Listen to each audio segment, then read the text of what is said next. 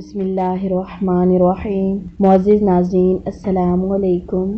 آج کی ویڈیو میں ہم آپ کو بتائیں گے کہ اتمام حجت کیا ہے اور کربلا میں امام حسین علیہ السلام نے اتمام حجت کیسے کی۔ معزز ناظرین، کئی صدیوں سے واقعہ کربلا کو سمجھنے کی کوشش کی جا رہی ہے، مگر جتنا سمجھتے ہیں اتنا ہی مزید سمجھنے کے لیے رہ جاتا ہے۔ شاید یہ دنیا کے معجزات میں سے ایک بہترین معجزہ ہے۔ معزز ناظرین، اتمام حجت یعنی آپ کسی معاملہ پر مخالف کے لیے کوئی ایسا راستہ نہ چھوڑیں کہ اگر مگر کا لفظ استعمال کر سکے۔ واقعہ کربلا میں امام حسین علیہ السلام نے یزیدی فوج پر دنیا و آخرت دونوں جہانوں کے لیے اتمام حجت مکمل کر دی۔ امام حسین علیہ السلام کربلا پہنچے، خیمے گاڑے، کربلا کے قریبی قبیلہ کو طلب کیا اور اس زمین کی ملکیت پوچھی اور خریدنے کا ارادہ کیا۔ قبیلہ نے وہ زمین تحفہ میں دینے کی خواہش کی، مگر آپ نے قیمت طے کرنے کی بات کی اور یوں 60,000 درہم میں زمین خرید لی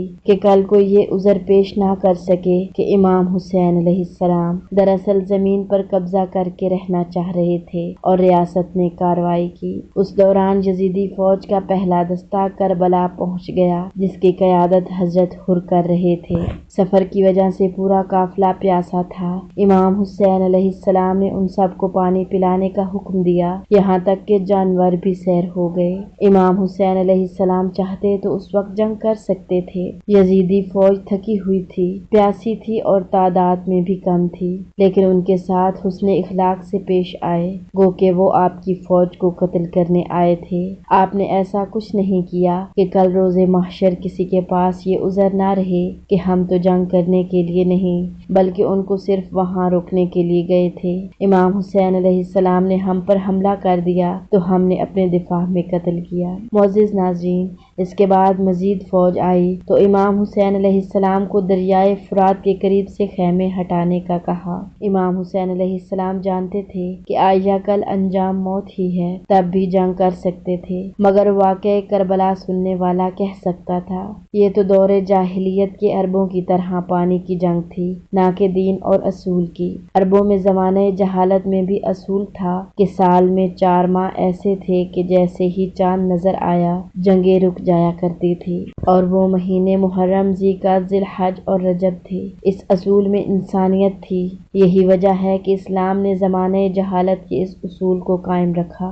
امام حسین علیہ السلام محرم الحرام میں امام حسین علیہ السلام کا کربلا پہنچنا بھی اس بات کی دلیل ہے کہ امام حسین علیہ السلام یہ عذر بھی باقی نہیں رہنے دینا چاہتے تھے کہ روز محشر وہ کہہ سکیں کہ اگر امام حسین علیہ السلام امن کے مہینہ میں آتے تو شاید ہم جنگ نہ کرتے۔ امام حسین علیہ السلام اس جنگ میں خواتین سمیت شیرخوار بچے بھی ساتھ لائے تھے۔ عربوں کے اس زمانے میں جنگ کے کچھ اصول ہوا کرتے تھے۔ اس میں یہ بھی اصول تھا کہ جب دشمن اپنے اہل و عیال کے ساتھ ہو تو حملہ نہیں کیا جاتا تھا، اس لیے امام حسین علیہ السلام کربلا میں اہل و عیال کے ساتھ آئے۔ اصول تھا کہ اگر کوئی بزرگ جنگ کے میدان میں آ جائے تو کوئی اس سے جنگ نہیں کرتا تھا، اس لیے امام حسین علیہ السلام نے حضرت حبیب ابن مظاہر جیسے بزرگ کو خط لکھ کر کربلا پہنچنے کا حکم دیا۔ اصول تھا کہ اگر تازہ مہندی لگائے دولہا میدان میں آئے تو اس سے جنگ نہیں کی جائے۔ یہی وجہ تھی کہ امام حسین علیہ السلام نے حضرت امیر قاسم علیہ السلام کی شادی کی۔ اصول تھا کہ اگر کوئی شخص اپنے ساتھ چھوٹا بچہ لے کر آ جاتا تھا تو جنگ رک جاتی تھی۔ امام حسین علیہ السلام حضرت علی اصغر علیہ السلام کو لے کر میدان جنگ میں آ گئے۔ معزز ناظرین،